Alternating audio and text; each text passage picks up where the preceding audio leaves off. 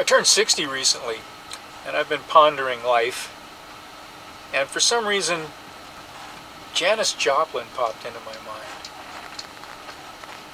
And I remember it was, 1969, I think. Yeah, 69. I was still in the Army at Fort Sill, Oklahoma, and a friend of mine and I drove in his car up to Oklahoma City to see Janis Joplin in concert. What a show. Not like the concerts they have now, mind you. There were chairs, folding chairs. And anyway, Janis Joplin up on stage. She had a chair on the stage, a microphone in one hand, and a bottle of Jack Daniels in the other. And, she ran around the stage singing and drinking on that Jack Daniels and falling down, and what a show. It was a riot. Anyway, so I saw Janis Joplin in 1969 in Oklahoma City. And the other day, I was just thinking about the 6 decades of my life, and that particular event popped into my mind. And something that Janis Joplin said way back then somehow just seemed very profound to me, that moment. And what she said, the lyrics of her song, "Freedom's just another word for nothing left to lose." Isn't that interesting? It struck me as very interesting because we're in the process of being stripped of our liberties. And I wonder what value, in the end, we'll each place on those liberties, and at what point we'll be forced to take a stand and say enough is enough. We'll be forced to resist. Isn't it a shame? Our own government. Isn't it a shame? When, you never know, literally, when some black-clad automatic weapons wielding ninjas are going to kick in your front door, kill your pets, and search your house. Happens all the time. They get the wrong address all the time. Perfectly innocent people sitting there watching television. And it happens all the time. Isn't it a shame that in America we've reached the point where you almost have to be, well, you do have to be afraid of the government. But what do you do about it? At what point do you decide to resist?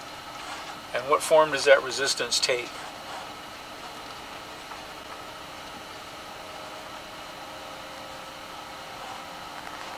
Freedom, just another word for nothing left to lose.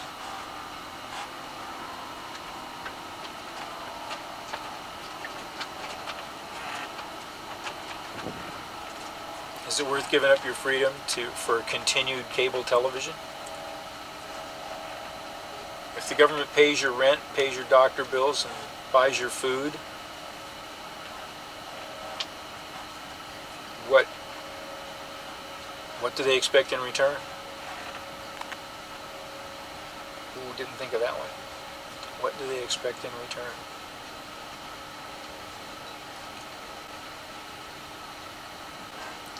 And how do you react? How do you react when the government finally crosses that line, and you know you have to do something to keep yourself and your family safe? What do you do? Can you get out of their reach? No, you can't get out of the reach of the government. Can you resist the power? No, you can't resist the power of the government. No matter how much power you can bring to bear as an individual citizen, they can overwhelm you.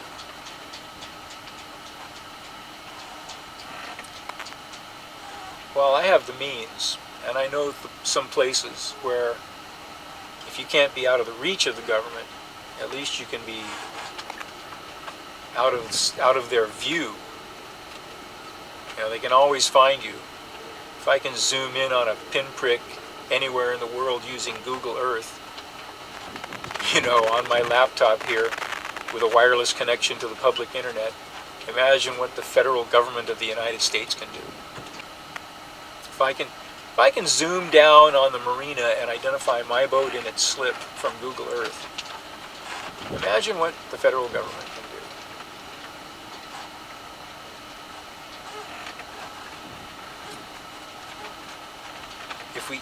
Do you trust them? And if you can't trust them, you have to fear them. You can run away, but where to? Most Americans don't have the option of running away. And even if you do have the option of running away, you can't get out of their reach. So what do you do? What do you do?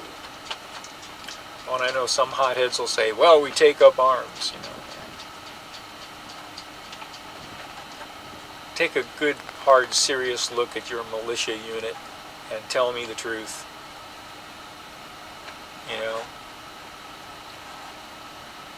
Could that bunch stand up to a platoon of regular army, even grunt infantry, let alone Rangers or Marines?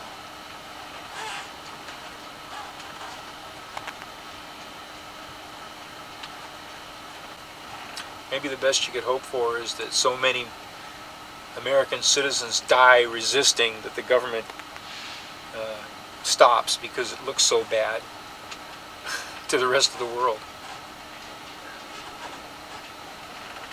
Perhaps there would be a sternly worded resolution from the UN.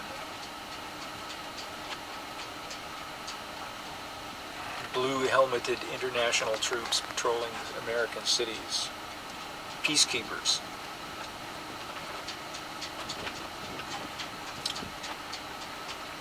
Ah, well, enough fun imaginings for one day.